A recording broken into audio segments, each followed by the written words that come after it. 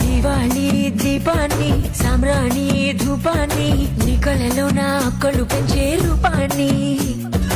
అందించే దారాన్ని ఈ పని పెంచే గారాన్ని ఎన్నటికైనా నిన్నే కోరే నీ దాన్ని